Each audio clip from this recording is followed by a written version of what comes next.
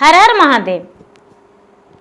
देवों का देव महादेव जी के चरण में प्रणाम करती हूँ, मेरा प्रणाम स्वीकार हो। माता गौरा पार्वती के चरण में प्रणाम करती हूँ, मेरा प्रणाम स्वीकार हो। सब देवी देवताओं के चरण में प्रणाम करती हूँ, मेरा प्रणाम स्वीकार हो। गुरु भाई बहना, मैं एक कर्मा व्रत की कथा सुनाने जा रही हूँ। इस कथा को पूरा सुनिए और रहस्य जानिए। जय कर्मा गोसाई।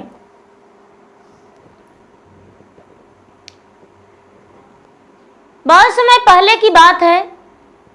कर्मा और धर्मा दो भाई थे। कर्मा और धर्मा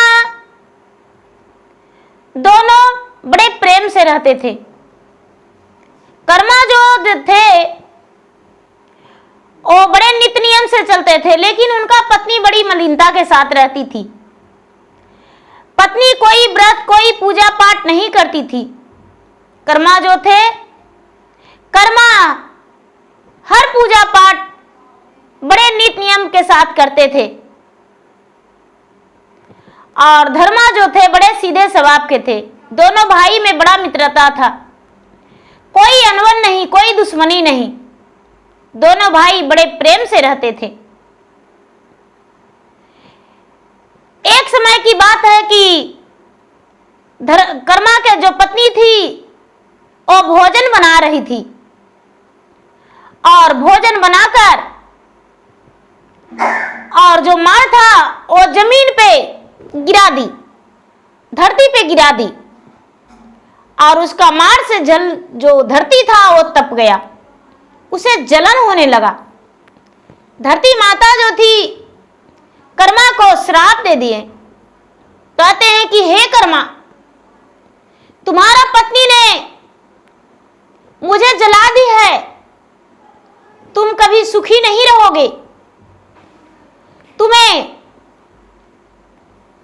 दर दर के ठोकरे खाना पड़ेगा। ये बात सुनकर कर्मा बड़े क्रोधित हो गए, दुखी हो गए और धरती माता से क्षमा मांगने लगे। हे धरती माता, मुझे क्षमा कर दीजिए, मैं क्या करूं, अपने पत्नी को तो इतना समझाती हूं, इतना बताती हूं, लेकिन फिर भी वो मानने को तैयार नहीं, मैं क्या करूं, मुझे क्षमा कर दीजिए। धरती माता गुस्से और नाराज हो गए। कर्मा जो थे, कर्मा पूरे अपने गांव का लोग को पूजा पाठ चर्चा भजन सब कुछ करने को लिए बताते थे, समझाते थे। हर जीव जंतु उनसे बड़े प्रेम करते थे। कर्मा अपने पत्नी से तंग आकर अपना घर, अपना गांव, अपना परिवार को त्याग कर दिए और त्याग करके वो नदी के किनारे जाकर बैठ गए। नदी के आरार पर कर्मा का शरीर में बहुत बहुत बड़ा बड़ा फोड़ा हो गया। उनका शरीर जो था तप रहा था, गर्मी के कारण, धूप के कारण पूरे शरीर उनका जलस हो रहा था, फोड़ा हो गया। अब यहाँ कर्मा के गांव में सारे लोग त्राही त्राही हो गए। कर्मा के गांव में ना ही तो एक बूंद पानी पड़ने लगा, ना ही फसलें उगने लगा। वहां के लोग भूखे प्यासे रहने लगे। सारा लोग धर्मा से कहने लगे कि धर्मा, अपना भाई को खोज कर ढूंढ कर लाओ। जब कर्मा नहीं आएगा तो ये गांव कभी खुशहाल नहीं हो सकता है। हम लोग बड़े परेशान हैं, इसलिए जाकर खोज कर लाओ कर्मा को। धर्मा जो थे, धर्मा अपने भाई को खोज में घर से निकल गए। चलते चलते चलते चलते रास्ते में एक बहुत बड़ा आम का वृक्ष था। आम का वृक्ष जो था वो धर्मा को देखकर बड़ा जोर से ठठाकर हंस गया। धर्मा पूछे, अरे भाई, तू तो वृक्ष हो, फिर मुझे देखकर हंस क्यों रहे हो? आम का वृक्ष बोला, तुम्हें दिखाई नहीं देता है, जब से मेरा भाई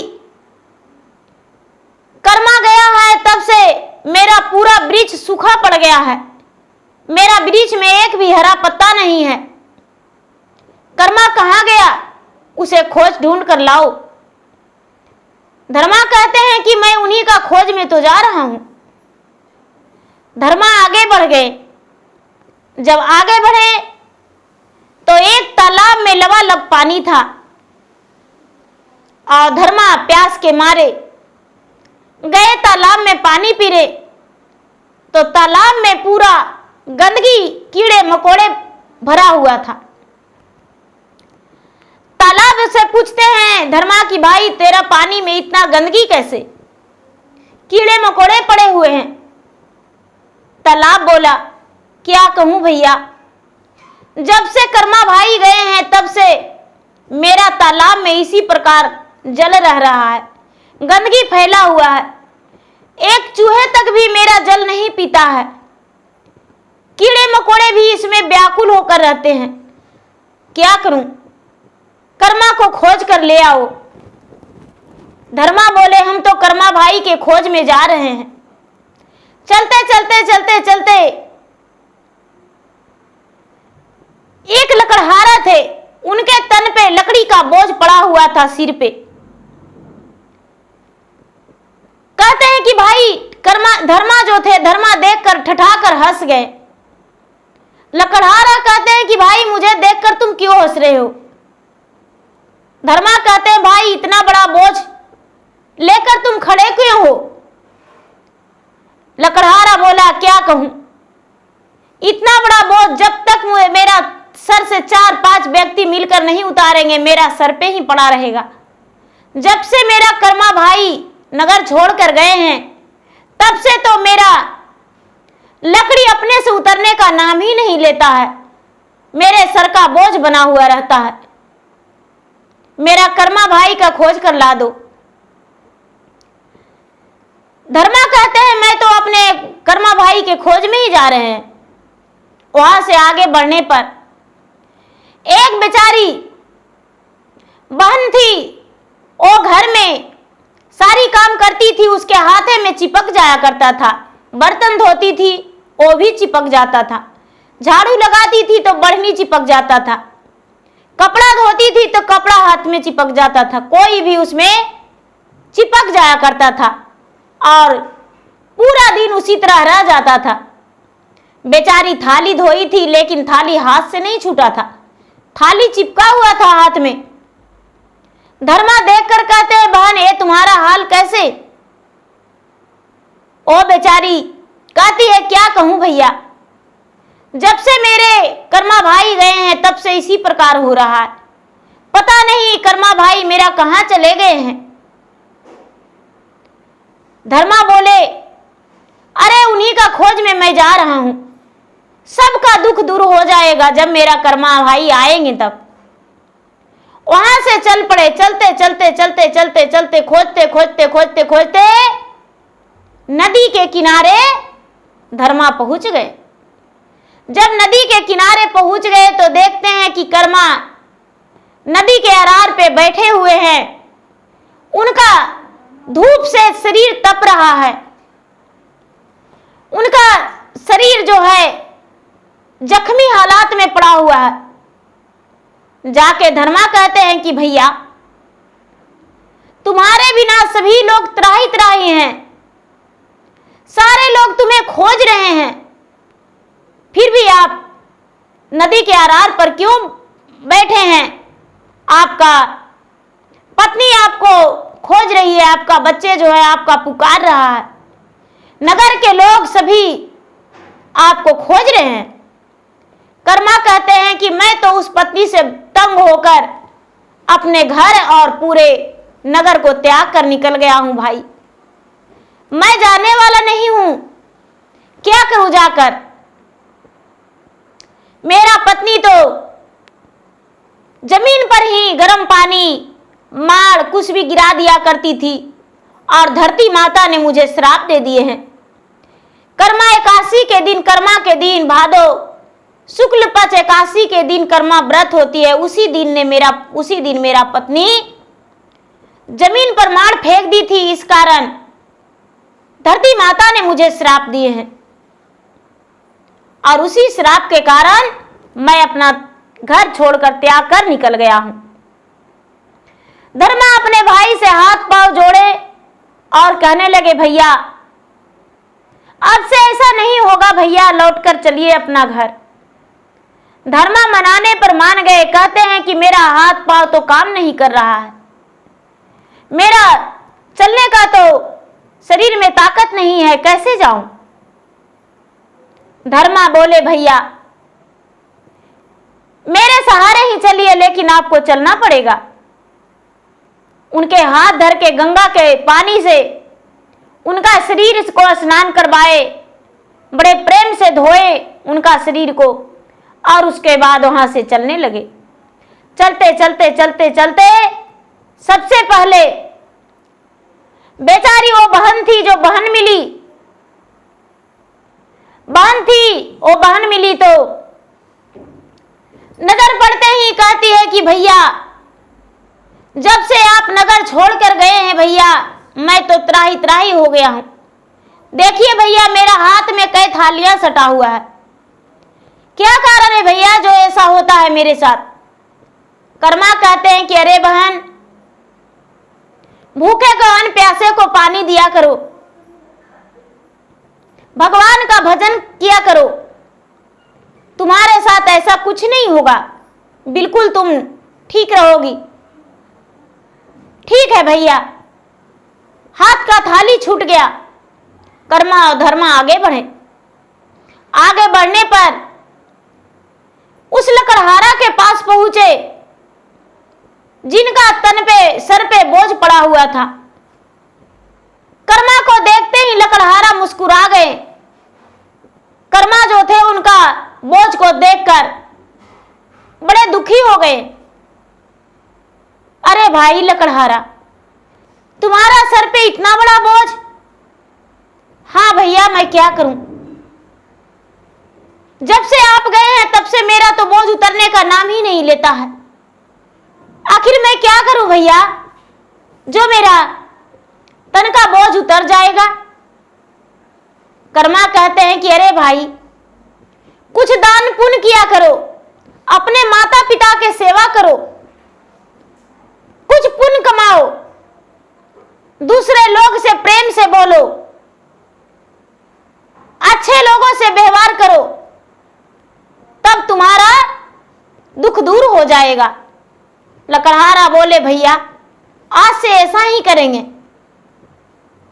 उनका तन का बोझ, सर का बोझ जो था नीचे गिर गया। आगे बढ़े तो तालाब के पास पहुंचे जिसमें लबालब पानी भरा हुआ था। तालाब जो है, तालाब देखकर कहने लगे कर्मा को कि आ गए भैया। हाँ, मैं तो आ गया हूं, आखिर मेरा पानी गंदगी कैसे है। कर्मा बोले, अरे तेरा तो सागर भरा लहरा कितना सुंदर था, लेकिन जब गौ माता पानी पीने आते हैं तो डर से तुम सूख जाती हो कि गाय जो है मेरा जल में गोबर दे देगी या मेरा जल गंदा हो जाएगा। लेकिन ऐसा नहीं होता है, जल गंगा नहीं होता है, गंगा तो सबको पापों को धो देते हैं, और आप जो हैं डर से ही सूख जाते हैं। इसी कारण आपका जो जल है वो गंदा हो गया है गौ माता के श्राप से।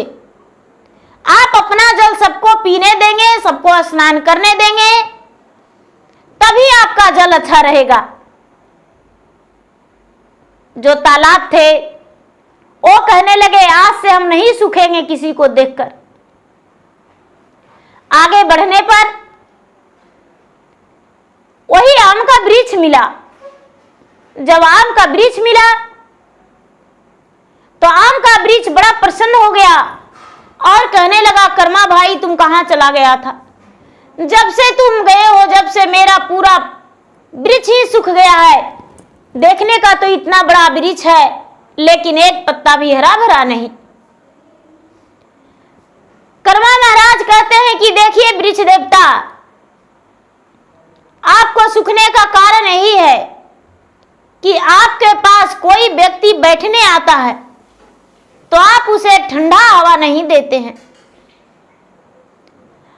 आपको श्राप दे देता है लोग।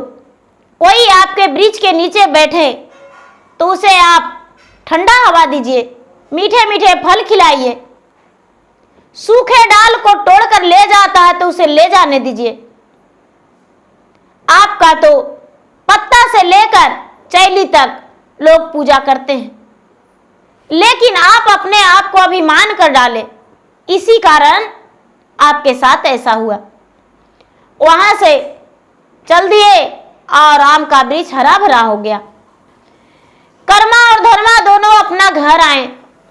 उनका पत्नी जी जो थी वो बेचारी राह देख रही थी वर्षों से अपना पति का, मेरे पति कहाँ चले गए।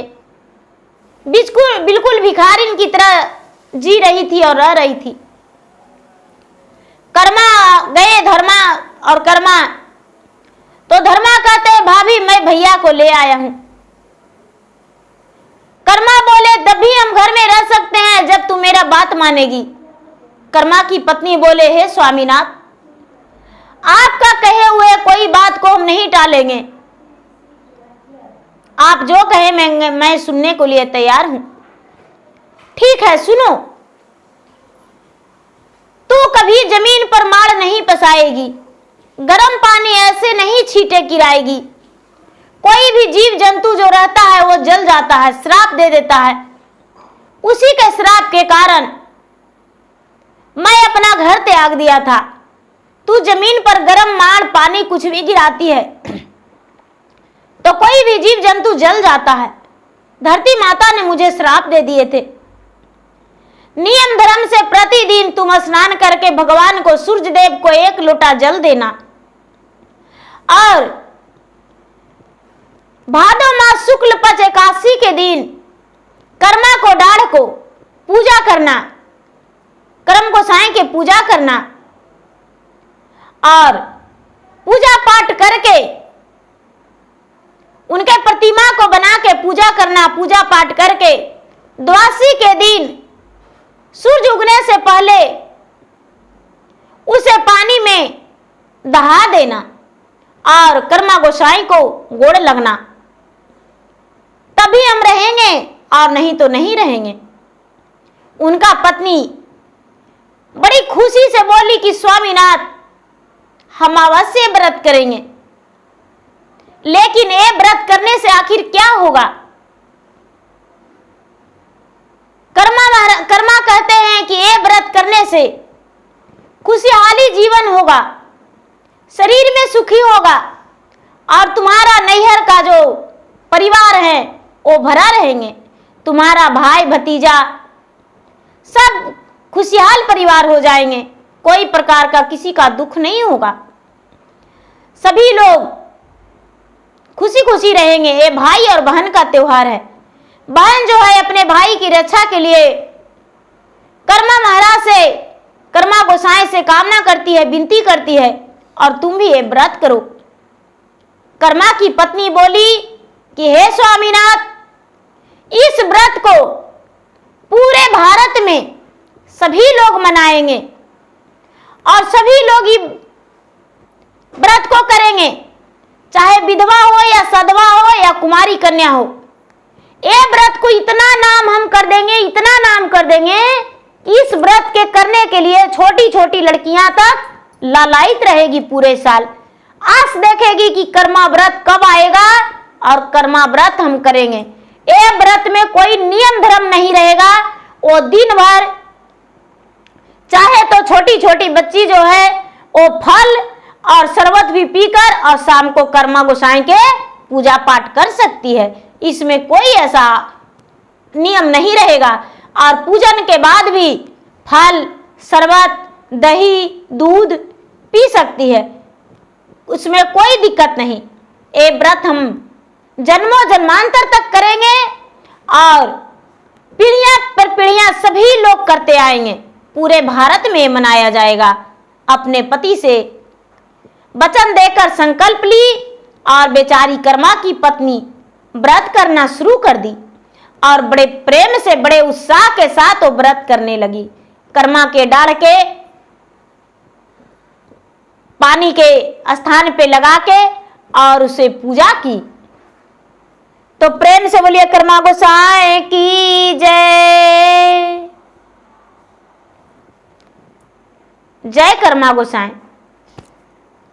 बहन जी मेरा वीडियो कैसा लगा? मेरा वीडियो यदि अच्छा लगे तो मेरा वीडियो को लाइक करें, शेयर करें। चैनल पर यदि नए हैं तो चैनल का सब्सक्राइब करें, बेल आइकन घंटी को दबाएं, जो कि मेरा वीडियो का नोटिफिकेशन सबसे पहले आपके पास जाए और आप मेरा वीडियो सुन सके, देख सके। कमेंट बॉक्स में जय कर्मा गोसाई जरूर लिखें। धन्यवाद।